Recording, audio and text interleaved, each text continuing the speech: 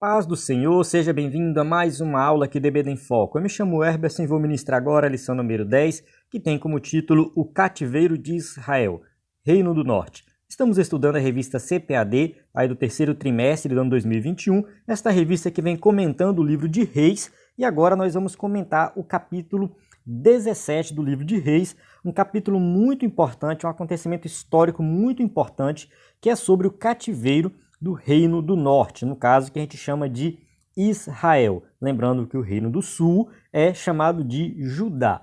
Nós vamos ter mais na frente uma lição explicando o exílio de Judá, do Reino do Sul. Então vale ressaltar que é diferente o cativeiro de Israel do exílio de Judá. Por que é diferente? Porque no exílio de Judá, o povo vai e volta. É um exílio. Eles vivem uma vida normal, colocar normal entre aspas, né? Eles vão para o exílio na Babilônia, né? Judá, Reino do Sul, tá? Estou falando aqui. O Reino do Sul vai para a Babilônia, fica lá 70 anos e volta. Tem o retorno do povo. Então a história de Neemias, de Esdras, se passa depois desse exílio. Alguns profetas profetizam após o exílio. Então é uma história onde Deus, ali a gente entende a questão do Reino do Sul, onde Deus está preservando a tribo de Judá para nascer o Messias. Porém, o Reino do Norte, que é no caso chamado de Israel, acontece diferente. No Reino do Norte, Deus tem uma preocupação em salvar o povo, Deus tem uma preocupação em preservar a nação, Deus quer que o povo se arrependa, mas isso não acontece. Então o povo é levado para um cativeiro, nesse caso não tem retorno, eles vão e não voltam. Então a primeira coisa que você tem que entender quando estudar esse capítulo 17 de Reis, onde fala do cativeiro de Israel, é que o povo vai e não volta. O Reino do Norte, no caso, praticamente deixa de existir. A gente vai ver durante a lição aqui, né, que a região passa a ser habitada por outros povos que se misturam com os judeus remanescentes e se tornam samaritanos. Então é muito importante entender este contexto histórico da origem dos samaritanos. Apesar da gente falar de Samaria e tal, capital de Israel, Reino do Norte, as características dos samaritanos que a gente conhece lá no Novo Testamento, a gente vê a parábola do bom samaritano, Jesus conversando com os samaritanos, que a gente vai falar nessa lição também, as características daqueles samaritanos começam a partir do cativeiro de Israel. Então é importante a gente entendermos esse contexto, até mesmo para entender as histórias do Novo Testamento que envolvem o samaritano. Então, uma lição muito importante, convido você a acompanhar esta aula até o final. Eu vou seguir aqui a sequência da revista. Alguns irmãos entraram em contato comigo falando que não gostaram muito da sequência da revista, parece que o escritor erra um pouco a sequência, eu vou explicar depois o motivo. Realmente parece ficar um pouco confuso, mas não se preocupe, a gente segue a sequência da revista explicando tudo detalhadamente, vai ficar tudo normal, eu creio que todo mundo vai entender aqui a lição. Essa lição aqui vai ser ministrada com o slide em PowerPoint que você acessa no site ebdenfoco.com. Então quem é assinante do EBD em Foco vai ter acesso ao slide em PowerPoint, a cursos diversos, né, sobre vários temas, estudos e sermões em PDF. Eu vou postar essa semana mais 4 sermões. A gente está postando sempre no começo do mês 4 sermões, tá, que contempla logo 4 semanas ou 5 semanas do mês, dependendo do mês. Então a gente posta 4 ou 5 sermões, depende. Vai ser postado essa semana. O curso básico de teologia também, 2 disciplinas serão postadas, então a gente já tem 2, vai ter mais 2 disciplinas. Então, se Deus quiser, a gente vai completar aí bastante disciplina até o final do ano para deixar o curso completo. Então, quem é assinante do EBD em Foco tem acesso aos slides e também a estes conteúdos, tá? Conteúdo bem diversificado que ajuda muito quem quer ensinar na igreja, ministrar e aprender mais da palavra de Deus. Nós temos conteúdo gratuito, que é essa aula em vídeo que você está assistindo, tá? A nossa aula em áudio, né? Curso para educadores cristãos, no caso nós temos um treinamento para professores de EBD e também um comentário em PDF da lição. Tudo isso você acessa no site ebdenfoco.com e alguns desses conteúdos estão espalhados nas redes sociais também. Bem, vamos para o conteúdo da revista, né? Texto áureo, que diz assim, o texto áureo está em Oséias. Nós estamos estudando Reis, por que está em Oséias? Você vai entender durante a lição que ler o capítulo na verdade, ler sobre a história de Israel sem ler Oséias e, no caso, Amós, né, são esses dois profetas, você fica fora parte do que estava acontecendo no movimento profético da época, das profecias, né, e é muito importante nós lermos estes dois profetas, Amós e Oséias. Então o texto diz assim: Vinde e tornemos para o Senhor, porque ele despedaçou e nos sarará, fez a ferida e a ligará.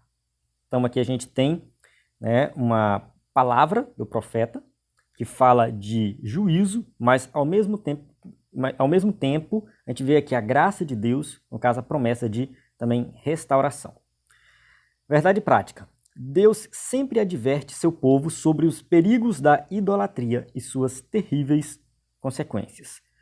Então, assim, o povo não ficou sem advertência. O povo não ficou sem ser avisado do que poderia acontecer. Deus falou o que poderia acontecer, deu a oportunidade para eles se arrependerem, e eles não se arrependeram. Então a gente tem aqui a leitura bíblica em classe, no capítulo 17 do segundo livro de Reis. No entanto, eu recomendo você ler todo o capítulo detalhadamente. Além do mais, é importante você ler também Amós e Oséias para que você possa entender este contexto profético, tá? Das profecias para a nação de Israel. Então vamos para a introdução aqui da revista, que diz assim: o cativeiro de Israel ocorreu durante o reinado do rei Oséias. Nessa época, a Assíria começava a crescer e se tornar um grandioso império, controlando várias nações, inclusive Israel. Aqui eu quero destacar que a Assíria é diferente da Síria, sem o A, né? Só Síria. Síria é um país que fica ali ao norte de Israel, é um país pequeno também. E a Assíria é um império muito grande. Então a Assíria veio conquistando várias nações, inclusive conquistou a própria Síria e depois conquistou Israel. Então a gente observa que o império ele é formado por várias regiões que estão sob o domínio de um único rei. No caso, tinha o rei da Assíria que estava dominando várias regiões. Eles dominavam ali, muitas vezes eles ensinavam a cultura deles, tentavam acabar com a cultura daqueles povos dominados, colocava também naquela região um governador, alguém para comandar, e, enfim, controlava toda a região. Então a Assíria foi um grande império, que depois foi derrotado pelo Império da Babilônia. Tá? Depois, isso aí é uma outra história, a gente vai ver mais na frente. Então, este grande império estava conquistando a região e chegou ali na nação de Israel. Durante os últimos 30 anos de Israel, o país foi acometido de muitas tragédias, injustiças e assassinatos em razão de desprezarem e desobedecerem os mandamentos de Deus. Então a nação de Israel, a gente vai falar mais na frente, mas ela passou por um período assim, muito bom, de muita riqueza e prosperidade. Só que os últimos 30 anos, né, que foi ali mais ou menos de 52 até 22, de 752 até 722, você vai observar que vai diminuindo, tá? Os anos, a gente vai mostrar isso depois. Foram 6, se eu não me engano, foram 6 reis em 30 anos. 6 reis diferentes. Era uma bagunça, tá? Foi uma bagunça. Os últimos 30 anos foi uma bagunça na política, no caso do Reino do Norte. Então a nação israelita entrou em decadência política, social, econômica e religiosa. Então tudo isso aqui foi por água abaixo, tá? O comando político, o religioso, no caso dos sacerdotes, a economia, enfim, uma nação que sofreu muito as consequências dos seus pecados. Então, passando a introdução, vamos logo para o tópico 1, que diz assim: Samaria é cercada pelo rei da Assíria. 1.1. Israel sob o reinado de Jeroboão II. A nação de Israel experimentou prosperidade econômica e reconquistas de territórios perdidos para a Síria. Olha só, Síria só com S, sem o A, que durante algum tempo dominava a Palestina. Então isso aqui foi um período de prosperidade da nação, logo ali no reinado de Jeroboão II, não o primeiro. Tá? O texto de 2 Reis 13, 14 e 15 fala assim: ó, Porém, Jeoacás suplicou diante da face do Senhor, e o Senhor viu, pois viu a opressão de Israel, porque oprimia o rei da Síria. E o Senhor deu Salvador a Israel, e os filhos de Israel saíram de debaixo das mãos dos sírios e habitaram nas suas tendas como dantes. Então aqui a gente começa com Jeoacás uma reconquista de territórios perdidos no passado. Então, na época de Salomão, Salomão expandiu bastante o reino. Porém, os próximos reis foram perdendo território e agora eles começaram a conquistar de novo. Mas, infelizmente, acontece o seguinte, que os profetas Amós e Oséias, eles condenaram o que estava acontecendo na nação. Porque tudo isso que aconteceu, a prosperidade, vou colocar assim, prosperidade entre aspas, não a prosperidade que o governo apresentava, que o reinado apresentava, era baseada na corrupção, na injustiça social, hipocrisia religiosa e sincretismo religioso. Por quê? Porque aqui nesse período, tá? No período que eles estavam prosperando, havia muita desigualdade social.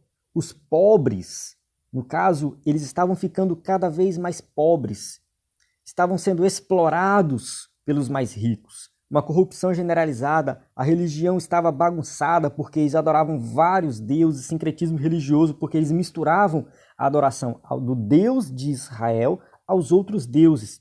Então isso aqui foi realmente algo que estava acontecendo na nação. Então eles estavam pensando que estavam crescendo, sendo prósperos, mas na verdade estavam numa decadência muito grande. Os períodos de prosperidade não fizeram o povo retornar a Deus para adorá-lo conforme a lei, como a lei ensinava. A 2 Reis 17:12 diz, e serviram os ídolos dos quais o Senhor lhes dissera, não fareis estas coisas. Então a prosperidade da nação de Israel não fez com que eles se perdessem, na verdade se perdessem mais ainda na idolatria, não se voltaram a Deus. 1.2. A traição do rei Oséias. O rei da Assíria, Selmanessé, descobriu que Oséias, seu vassalo, o traíra ao buscar apoio do Egito e interrompeu o pagamento dos tributos do seu reino. 2 Reis 17, 3 e 4 fala isso, Contra ele subiu Selmanessé, rei da Assíria, e Oséias ficou sendo servo dele e dava-lhe presentes. Porém o rei da Assíria achou em Oséias conspiração, porque enviara mensageiros a So, rei do Egito, e não pagava presentes ao rei da Síria cada ano, como dantes. Então o rei da Síria o encerrou e aprisionou na casa do cárcere. O que estava acontecendo? Oséias, ele tomou o trono, muito provavelmente com a ajuda do rei da Assíria. Só que foi o rei antigo, não foi esse aqui, não foi o Salmanessé, esse nome difícil, Foi o outro rei antes dele. Ele tomou o trono e pagava tributos a este outro rei. Porém, quando este rei morreu, esse aqui que deveria receber os tributos, ou seja, os presentes, aquilo que ele dava ali para aquele rei. Só que ele parou de pagar e começou a pagar para o rei do Egito. Acontece o seguinte, que a nação de Israel era muito pequena. Ela precisava da ajuda das outras nações. Precisava de apoio e por isso eles tinham que se submeter aos grandes impérios. Então ele, em vez de pagar para a Assíria, resolveu pagar para o Egito. Não sabemos o motivo disso. Enfurecido, o que ele fez? Mandou prender Oséias, marchou até a cidade e sitiou a cidade por 3 anos. No caso, está aqui, porque o rei da Síria subiu por toda a terra e veio até Samaria e a cercou por 3 anos. 2 Reis 17:5. A cidade era a capital de Israel, era a maior cidade que tinha, onde o rei morava. Então, se essa cidade fosse conquistada, no caso, toda a nação já seria conquistada. Seria algo automático. Então, bastava conquistar a capital para que toda a nação se submetesse a este novo império. Então, foi o que o rei fez, foi lá e cercou a cidade por 3 anos. Esse cerco por 3 anos fez com que o povo morresse de fome, porque o povo não saía para plantar, não tinha mais comida. Então foi realmente, eles venceram pelo cansaço, venceram pelo cansaço. Então depois de 3 anos, Samaria caiu e eles foram levados para o cativeiro. No caso, não teve mais chance de negociação, e só restou o quê? Uma guerra e a deportação. Na verdade, Nós nem sabemos se de fato assim houve alguma resistência deles depois de 3 anos, não teve muito o que fazer. Tá? Eles simplesmente se submeteram aos assírios e foram levados para o cativeiro. 1.3. A advertência dos profetas. Então, vamos lá. Deixa eu só situar você dentro do contexto da aula. O primeiro e o segundo subtópico que eu falei agora há pouco é para você entender a história, né, de forma bem resumida, o que aconteceu e por que não, e como que Israel foi levado para o cativeiro, quem foi o rei que levou, tá? Isso aí foi a situação política. Agora nós vamos entrar um pouco mais dentro da questão espiritual que fez com que isso acontecesse. Então a gente vai regredir um pouco na história para contar o que aconteceu. Vamos lá.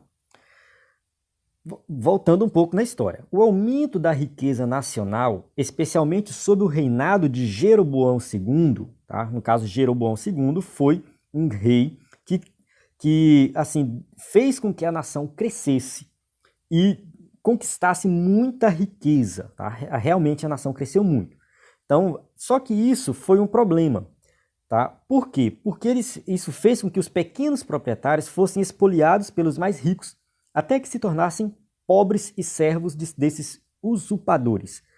O que acontece? Os ricos da nação de Israel exploravam os pobres. Então eles acabaram enricando, mas essa riqueza não foi para toda a população. Ficava restrito à realeza e poucas pessoas em torno da realeza.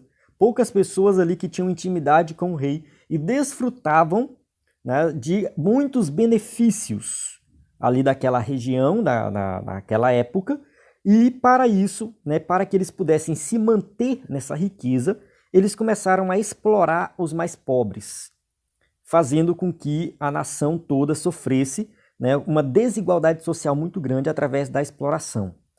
E, né, enquanto os mais abastados viviam na extravagância, casas de luxo e tudo mais, os pobres eram vilipendiados e permaneciam na miséria. As pessoas mais pobres não tinham a oportunidade de crescer na vida. Esse cenário é muito parecido com o que a gente já vê nos dias de hoje. Não sei se você já percebeu.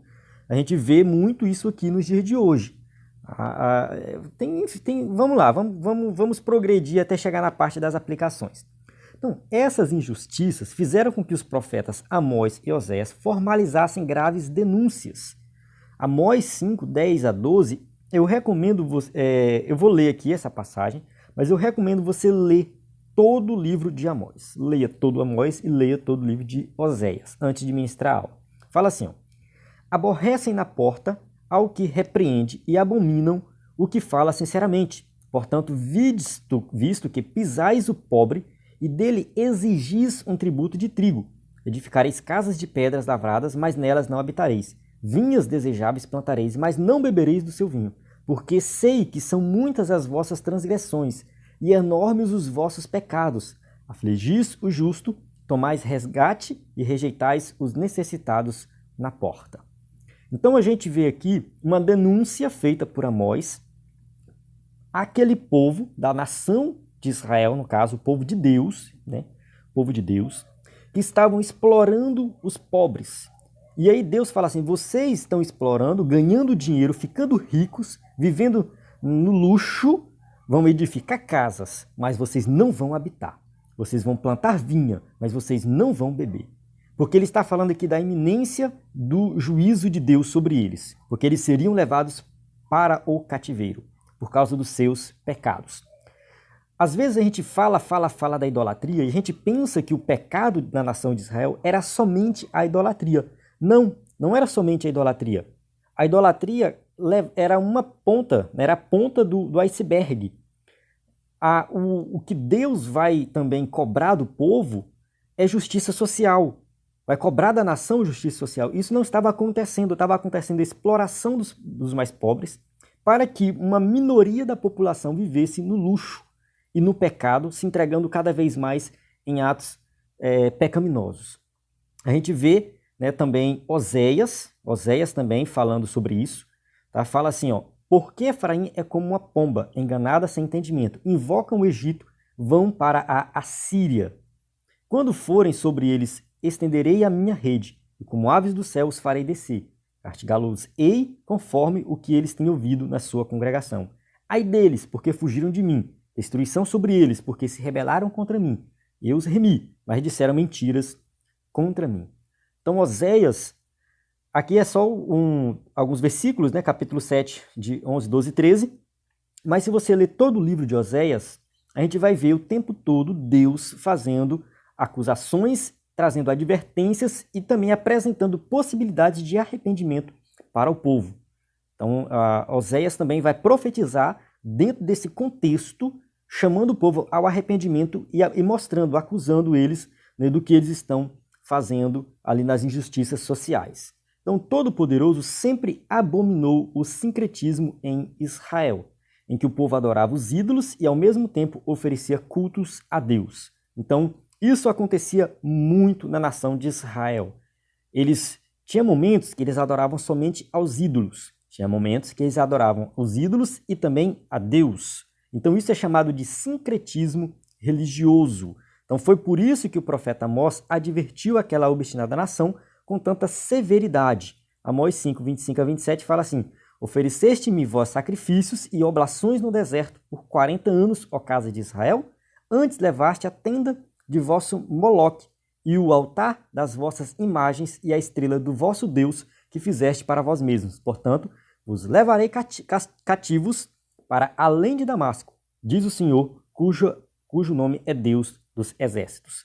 Então, Amós era um profeta do sul, ele era de Judá. Ele foi para o norte profetizar lá em Israel contra essas coisas que estavam acontecendo.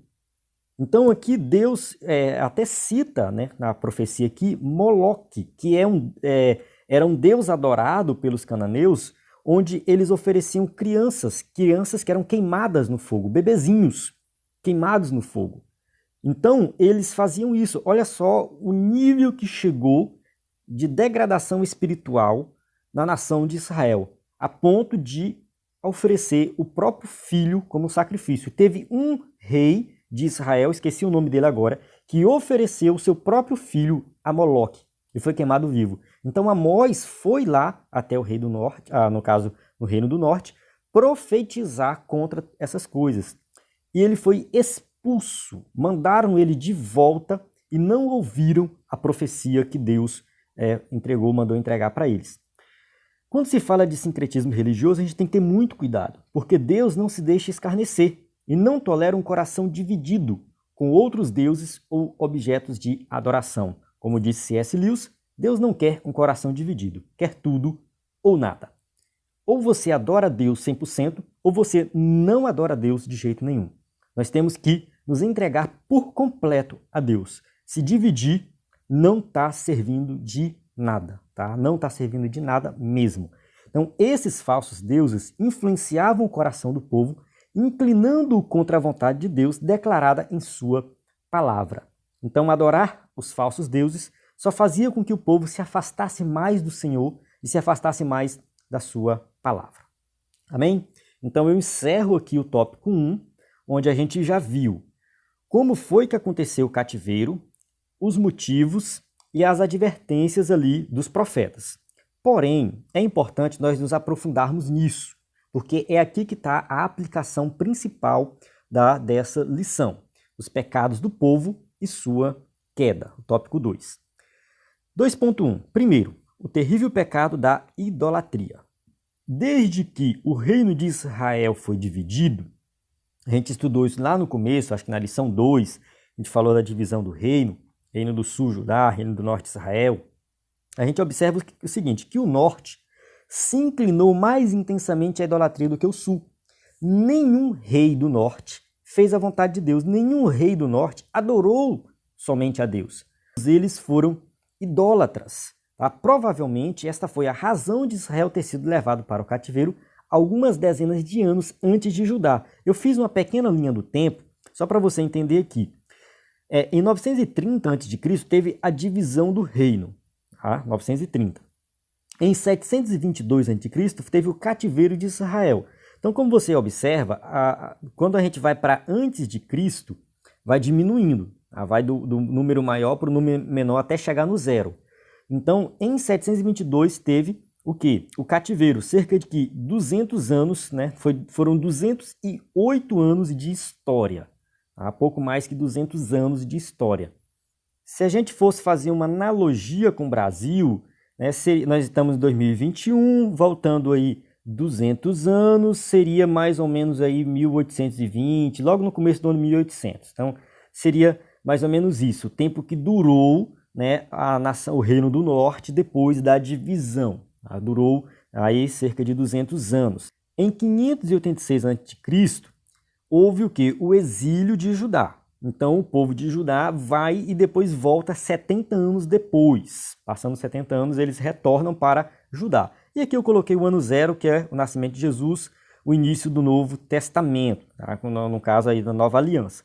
Então, vai diminuindo até chegar no ano zero. Então, a gente observa o quê? Que a nação de Israel foi levada muito antes da nação de Judá, justamente porque os pecados da nação de Israel foram muito mais intensos, a nação só foi piorando cada vez mais e Deus resolveu, né, aplicar o seu juízo, no caso, isso foi juízo divino. O cativeiro de Israel, o exílio de Judá, foram acontecimentos históricos executados pelo próprio Deus, com a permissão de Deus para castigar o seu povo que era desobediente.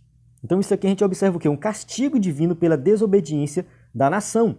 Então, apesar do caos espiritual e rejeição de Israel, Deus queria salvar o povo. Deus não tinha a intenção de castigar o povo. Tá? Foi assim que o Senhor convocou o profeta Oséias para uma situação bastante estranha.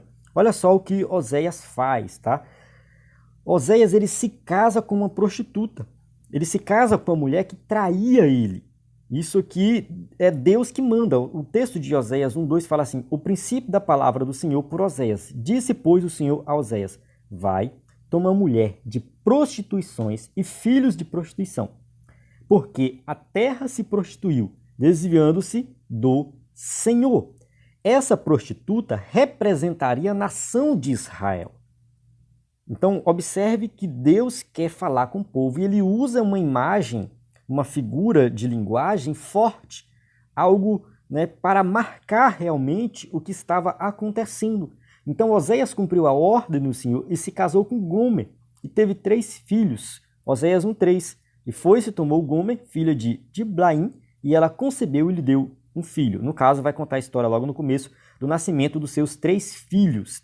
Então cada filho, né, com a prostituta mostrava a desaprovação divina com o povo de Israel. Então, Jezreel, Deus semeia ou espalha.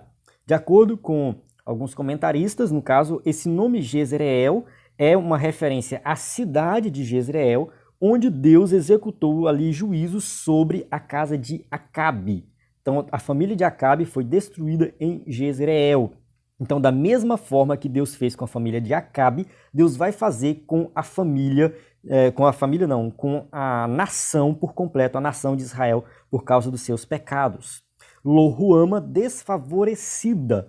Então, Lo-Ruama é também um nome profético que está falando que a nação vai ser desfavorecida, ou seja, vai ser envergonhada por causa dos seus pecados. E Lo-Ami significa não meu povo. Quer dizer que Deus vai rejeitar o seu próprio povo por causa da idolatria, dos pecados praticados pela nação, pelo seu próprio povo.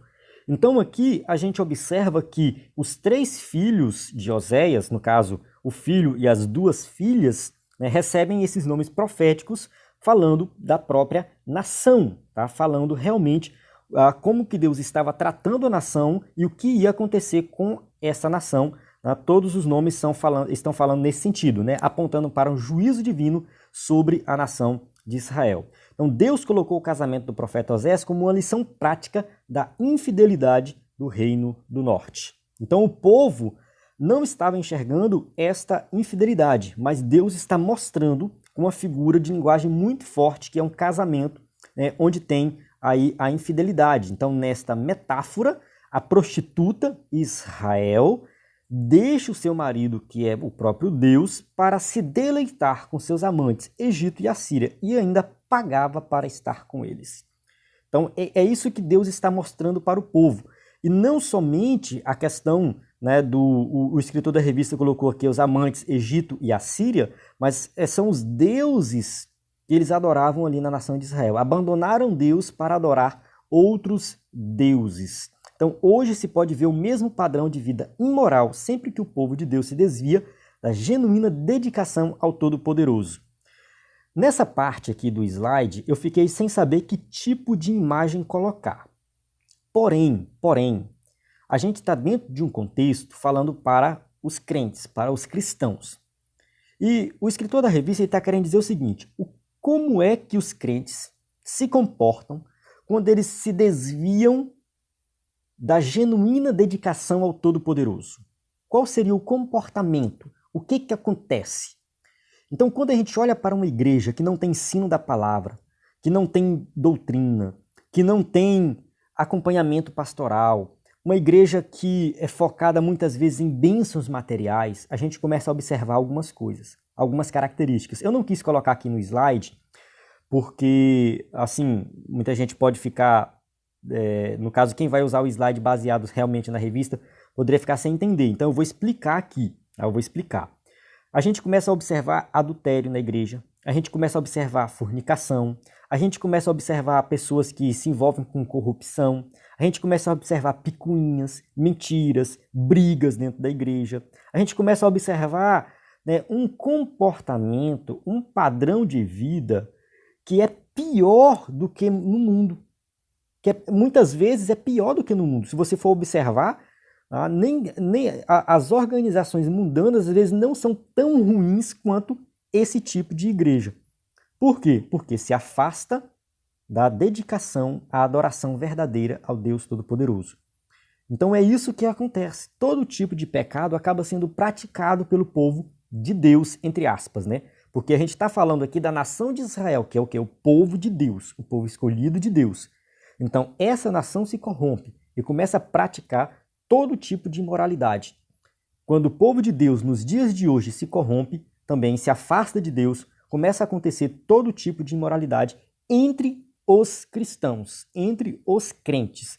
É por isso que muitas vezes saem notícias, coisas horríveis na mídia, falando de crentes, praticado por crentes, principalmente no meio da política. Muita gente fica horrorizado com isso. Mas isso já acontecia no Antigo Testamento e continua acontecendo nos dias de hoje. Mas Deus vai cobrar, Deus vai pesar a mão. Isso pode ter certeza que Deus vai chegar um momento que ele vai cobrar. Tópico 2.2, outras causas do cativeiro. Vale ressaltar que nós estamos estudando os motivos que levou Deus a castigar o povo com o cativeiro. Os pecados relacionados à exploração e indiferença para com o pobre foram duramente criticados pelos profetas. Então isso aqui a gente não pode esquecer. A idolatria foi um pecado gravíssimo que o povo praticou e fez com que Deus, né, mandasse o povo para o cativeiro, realmente. Mas teve outros pecados e um deles foi essa questão da exploração e a indiferença com os pobres. Então percebe-se que tais iniquidades são colocadas em pé de igualdade com a idolatria. Então, menosprezar os pobres, quando eles fizeram isso, eles estavam fazendo a mesma coisa que estavam fazendo quando praticavam a idolatria. Então, o profeta Amós condenou essas transgressões de maneira implacável. Ele fala assim: ouvi estas palavras, vós, vacas de Bazã, que estais no monte de Samaria, que oprimis os pobres, que quebrantais os necessitados. Ouvi isto, vós que anelais o abatimento do necessitado, e destruís os miseráveis da terra. Então isso aqui, essa palavra de Amós, quando ele fala vacas de Bazã, está se referindo aqui às mulheres de Samaria, que eram parecidas com essas vacas. Porque essas vacas, elas eram bem tratadas, eram gordas, eram, né, bem cuidadas, comiam do bom e do melhor. Era assim que estavam se comportando as mulheres de Samaria. Elas estavam se deleitando nas questões luxuosas. Assim pode-se dizer, vivendo no luxo do luxo. E isso através da exploração dos pobres, através da exploração dos necessitados. Então tinha uma pequena parte da população que vivia no luxo, enquanto a grande parte, a maioria do povo, já vivia na pobreza. E essa pobreza era resultado de uma opressão dos mais ricos. Isso aqui tem que ficar muito claro. Era resultado desse tipo de opressão. Era uma sociedade que tinha muita opressão com os necessitados, enquanto poucos estavam vivendo no bom e do melhor. Esse tema é um tema muito atual. Nós vivemos num país muito rico. O Brasil é um país muito rico. Porém, o Brasil é um dos países que mais tem desigualdade social, onde uma pequena parte da população é muito rica, tem muito dinheiro, e a grande parte da população vive na miséria, onde uma grande parte da população, milhões de pessoas, estão querendo pelo menos algo para colocar na mesa. É claro que, para que haja uma distribuição melhor da renda, entra muitas questões complicadas, políticas, aí tem as visões políticas diferentes. Eu não quero entrar aqui em detalhes nessas visões políticas, quem sabe no vídeo de destaque eu fale sobre isso, né, que as propostas para fazer com que o país seja, né, um país mais igual e tudo mais. No entanto, o cristão, o crente, ele tem que pensar nessa situação. Ele tem que parar e refletir sobre isso. Ele tem que ver se Deus está abençoando ele financeiramente, se ele está ganhando muito dinheiro, o que não é pecado, não tem problema nenhum nisso, fazendo um trabalho justo.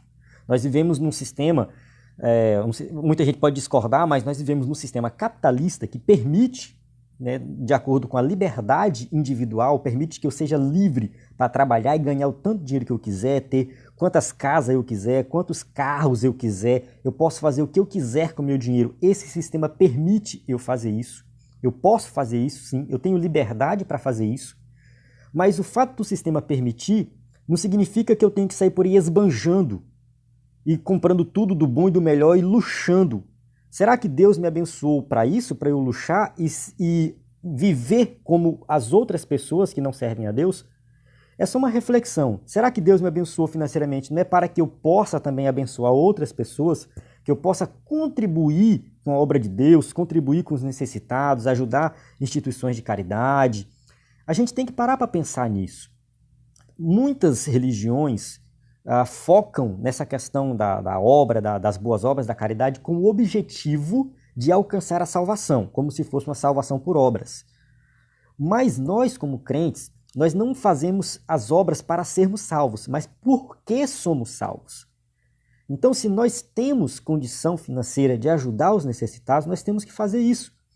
É claro, cada um vai refletir sobre isso de forma pessoal e orar e pedir a direção de Deus, mas a gente não pode querer viver um padrão de vida exagerado, sem necessidade nenhuma. Sendo que você pode sim usar o dinheiro que Deus tem te dado, porque é Ele que tem te dado, para ajudar os necessitados. Às vezes a gente questiona muito, mas a gente não pode ficar dando dinheiro para as pessoas pobres, porque senão elas nunca vão aprender, né, a crescer na vida. Só que, assim, até isso acontecer, pode-se dizer que essa pessoa praticamente já está morrendo de fome. Ela está precisando, tem gente que está precisando de comida na mesa agora, hoje. Tem gente que está precisando se alimentar hoje.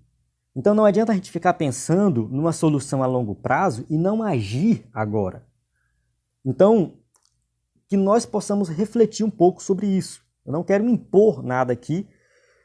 Como tem muito conteúdo pela frente, não vou ficar preso nesse ponto aqui, mas eu quero que você reflita sobre isso.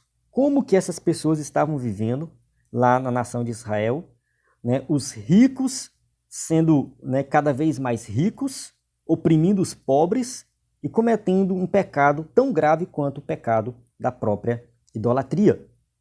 A situação era tão grave que até os sacerdotes fizeram um conluio com os governantes para extorquir o povo. Fala assim, Oséias 6,9. Como hordas de salteadores que espreitam alguém, assim é a companhia dos sacerdotes, que matam no caminho para Siquém. Assim eles têm praticado abominações. Então os sacerdotes da nação estavam andando com salteadores. Olha só, né, a situação espiritual e religiosa da nação. Então Deus fez um juramento dizendo que jamais se esqueceria das maldades de Israel. Amós 8,7. Jurou o Senhor pela glória de Jacó. eu não me esquecerei de todas as tuas obras para sempre. Então aqui a gente vê Deus falando que não vai esquecer, que vai cobrar do povo. E mesmo que o povo se arrependesse, eles sofreriam as consequências. Mesmo que eles, no caso, se arrependessem de tudo, mas as consequências viriam. Acontece que o povo não se arrependeu. O povo não mudou, a nação não mudou o seu comportamento e por esse motivo eles pagaram um preço muito alto que foram para o cativeiro e jamais retornaram. Então, no nosso caso, Deus também oferece para nós a oportunidade de nos arrepender. Mas se nós não nos arrependermos, aqui está a palavra: eu não me esquecerei de todas as tuas obras. Nesse caso, quem não se arrepender vai sofrer as consequências. A gente vê muita injustiça sendo praticada nos dias de hoje. E a gente fica se perguntando, meu Deus, como que vai ser? O Senhor não vai fazer nada? Mas vai ter um momento que Deus vai agir. Tem um momento que vai acontecer algo que vai sim, essa pessoa que está praticando esse tipo de injustiça, seja ela qual for, ela vai sofrer as consequências. Nem que seja na outra vida, nem que seja no inferno, mas vai sofrer. Vamos para o tópico 3. Os estrangeiros ocupam Samaria. 3.1. A mistura de gente e o sincretismo. Após o exílio, alguns israelitas pobres permaneceram em Samaria e região. Nesse caso, acontece o seguinte: os assírios levaram os ricos, os inteligentes, os jovens, aquelas pessoas que poderiam contribuir com alguma coisa lá, em outras regiões. Eles deixaram em Samaria somente aquelas pessoas mais pobres, debilitadas, mulheres, no caso, os mais idosos, algumas mulheres também idosas, enfim, as mulheres jovens eles levavam, os jovens levavam as crianças provavelmente. Então, eles deixaram algumas pessoas e, no caso, assim, quando a gente pensa assim, o povo foi levado para o cativeiro, a gente pensa que é o povo inteiro, a nação inteira. Não, ficou ali uma parte da população. Isso era a estratégia deles. A política dos assírios era que os territórios espoliados fossem reocupados por povos de outras etnias e origens. No caso, eles pegaram povos de outras regiões e mandaram para Israel, no caso o Reino do Norte, para habitar em Samaria. O objetivo era misturar as nacionalidades para evitar possíveis rebeliões e enfraquecer as províncias. Então, era misturar aqueles povos para que eles não criassem um sentimento de nação, de pertencer a uma própria nação, porque cada um era de uma nação diferente, cada um tinha uma cultura diferente, cada um tinha um Deus diferente. Então, misturando as nacionalidades, fazia com que a região ficasse fraca politicamente falando. Então, essa mistura de gente fez com que o povo de Israel, que restou em Samaria, junto aos deportados de outras nações, tornasse a religião israelita ainda mais sincrética. Segundo Reis 17:33 está assim: assim ao Senhor temiam e também a seus deuses serviam, segundo o costume das nações dentre as quais tinham sido transportados. O povo que ficou em Samaria misturou com os outros povos. A partir daí começaram a adorar vários deuses, adoravam o Senhor Jeová e os outros deuses, e assim eles permaneceram nesse culto misturado, esse culto sincrético. É por isso que lemos no Evangelho de João que os judeus não se comunicam com os samaritanos. Então, os samaritanos que nós conhecemos lá no Novo Testamento, quando a gente lê o Novo Testamento, ali os Evangelhos, Atos dos Apóstolos, esses samaritanos eles surgiram aqui, nesse contexto. A cidade de Samaria já existia, é uma cidade antiga, mas quando o povo de Israel foi levado para o cativeiro, que aí depois outros povos foram enviados para viver na região, aconteceu essa mistura e os samaritanos, que nós conhecemos no Novo Testamento, são o resultado dessa mistura, desse culto misturado. Mas na frente eles se tornam monoteístas, começam a seguir as escrituras, no caso o Antigo Testamento, porém ainda tinham resquício e os judeus não gostavam porque não consideravam eles puros. Os samaritanos é resultado o quê? De judeus que ficaram misturados com outros povos. Então essa mistura é que deu origem aos samaritanos. 3.2. Jesus e os samaritanos. Vamos ver aqui o que Jesus diz sobre os samaritanos. Né? Apesar do antagonismo entre judeus e samaritanos, Jesus os contemplou com muito amor. No caso da mulher samaritana, ele deu atenção para ela. Jesus respondeu e disse: qualquer que beber desta água tornará a ter sede, mas aquele que beber da água que eu lhe der nunca terá sede, porque a água que eu lhe der se fará nele uma fonte de água a jorrar para a vida eterna. Então, João 4, 13 e 14, Jesus, quando fala isso para essa mulher samaritana, ele está falando assim, olha, o evangelho é para todos. O evangelho não é somente para os judeus, é para os samaritanos, é para os gentios, é para qualquer um, é para o brasileiro. Então, Jesus não tem esse pensamento de discriminar os samaritanos, independente do que eles fizeram. Então, a rixa entre judeus e samaritanos era muito grande. Realmente existia naquela época. Mas Jesus quebra isso. Jesus não olha para isso. Tanto que essa mulher samaritana estava preocupada onde adorar, se era lá no Monte Gerizim, se era em Jerusalém. Jesus fala, não. Até o próximo slide, né? Os verdadeiros adoradores, fala assim, João 4, 23 e 24. Mas a hora vem, e agora é, em que os verdadeiros adoradores adorarão o Pai em espírito e em verdade. Porque o Pai procura a tais que assim o adorem. Deus é espírito, importa que os que o adorem em espírito e em verdade. Então, João 4, 23 e 24 tem essa passagem maravilhosa que descreve como que deve ser a verdadeira adoração. Aqui Jesus está falando para uma mulher samaritana. É muito importante você ler os capítulos 3 e 4 de João. Por quê? Porque no capítulo 3 a gente tem um homem judeu que se encontra com Jesus e ali fica subentendido que ele não se converte, que é Nicodemos. No capítulo 4, a gente tem uma mulher samaritana que se encontra com Jesus e se converte, ainda vai pregar o evangelho e chamar o povo da cidade. É um contraste que a gente vê aqui. Que Jesus veio para os judeus e os judeus não receberam, o seu povo não recebeu. Mas quando ele vai para os de fora, esses o recebem. Então, apesar de ter uma rixa muito forte, uma complicação ali entre os judeus e os samaritanos, Jesus vem mostrando que o evangelho é para todos, que ele veio salvar a todos. E eu tenho um vídeo onde eu explico com bastante detalhes essa questão, essa passagem de João, capítulo 3, capítulo 4.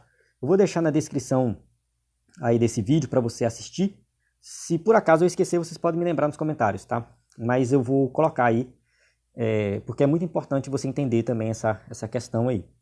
Temos também a parábola do bom samaritano. Jesus contrasta a religiosidade excessiva dos líderes religiosos judeus com a natural espiritualidade de um samaritano. Então Jesus, quando conta essa parábola, ele vai falar aqui da questão do amor ao próximo, né? Quem é o meu próximo, enquanto os judeus estavam ligados à religiosidade, tentando escolher quem é o próximo, os samaritanos, no caso, o samaritano dessa parábola, de forma natural entendeu que o seu próximo era aquele que estava precisando da sua ajuda, independente de quem seja. Essa parábola é muito boa. Eu tenho um sermão sobre ela, disponível no EBD em Foco. Nós temos vídeos também sobre essa parábola. Então eu vou também colocar na descrição do vídeo o vídeo comentando essa parábola. O sermão está disponível no site do EBD em Foco para assinantes. Tá? Então é muito importante nós entendermos o contexto dos samaritanos para entender esta parábola. Por que ela chocou tanto? Por que ela foi tão impactante para quem estava ouvindo ela, né, pela primeira vez quando Jesus contou? Justamente porque, né, pela origem dos samaritanos, como que esse povo surgiu, né, e quando Jesus conta essa parábola e mostra um samaritano tendo uma boa ação, fazendo algo bom, as pessoas realmente se sentiram impactadas por isso, e essa parábola ela fala nos corações até hoje. Então, quem é o meu próximo? É quem está precisando de mim. Então, foi aquele homem, né, considerado indigno que mostrou compaixão para com o ferido à beira do caminho. Né? Então, isso aí ficou bem claro quando Jesus fala, né, que em Lucas 10:33, né, mas um samaritano que ia de viagem chegou ao pé dele, vendo, moveu de íntima compaixão. Então, isso aqui realmente impactou bastante e é o que nós devemos fazer. Então, o mestre quebrou paradigmas de religiosidade e espiritualidade ao se relacionar de forma amável e acolhedora com os samaritanos. Então, quando Jesus fez isso, quando ele agiu de uma forma diferenciada, mostrando que ele veio quebrar todas essas barreiras, né, ele realmente mostrou ali, ele se revelou de tal forma, né, o seu propósito, o propósito da sua vinda. Então, quando Jesus ele revela-se não somente através das suas palavras, mas também através das suas ações. A gente olha muito na história da mulher samaritana lá do poço com Jesus, a gente olha muito o que Jesus fala com ela, o que ela fala com Jesus. Só que a gente tem que parar para pensar na ação em si. Ali está um homem judeu conversando com uma mulher samaritana. Então isso naquela época, era algo que não acontecia jamais. Ninguém jamais faria isso. E Jesus fez. Então essa ação de Jesus mostra que ele veio quebrar paradigmas da religiosidade. Chegamos à nossa conclusão, que fala assim: não faltou advertências para que Israel abandonasse a idolatria e fosse poupado do cativeiro. Todavia, nada surtiu efeito. Cada vez mais a nação afundava em seus pecados. A maneira drástica, porém, misericordiosa e amorosa de Deus retornar ao seu povo ao aconchego do seu amor foi, infelizmente, conduzi-lo ao cativeiro e à dispersão. Que Deus nos ajude a atentarmos mais para a sua palavra, a fim de não colhermos os amargos frutos da desobediência. Então a gente observa que a nação aqui pecou, errou, Deus se preocupou com a nação, enviou profetas, tentou trazer o povo de volta, mas o povo não quis. Então a maneira que Deus teve que agir foi de mandá-los para o cativeiro. Então que isso sirva de lição para a nossa vida, que nós possamos viver uma vida diferenciada, firmes na palavra de Deus, praticando boas obras, cuidando dos necessitados, seguindo as orientações bíblicas sobre essa questão das boas obras, da idolatria, nós possamos tirar toda a idolatria do nosso coração, porque as consequências vêm, e quando elas vêm, elas são muito pesadas. Então a gente fala das consequências, mas na teoria é uma coisa, na prática é bem difícil viver as consequências do pecado, da desobediência. E a nação de Israel viveu isso e sofreu, né, para sempre por causa disso, porque o cativeiro da nação de Israel, do Reino do Norte, não teve retorno. Chegamos no final da nossa aula. Aqui estão as perguntas. Caso você use o slide na sua igreja, você pode passar as perguntas. Mais uma vez aqui, reforçando, né, o nosso conteúdo gratuito, aula em vídeo, áudio, né, PDF, cursos, slide em PowerPoint das lições, o conteúdo premium, estudos e sermões, né, cursos diversos e curso básico de teologia. Então, qualquer dúvida, você pode mandar mensagem no nosso WhatsApp, 94 98409 2869. Esse é o nosso número que você pode tirar dúvidas sobre qualquer assunto. Pode mandar mensagem para nós aí, né? Qualquer assunto assim, vinculado à lição e ao site do EBD em Foco. Então, eu vou encerrar aqui. A paz do Senhor. Até a próxima aula.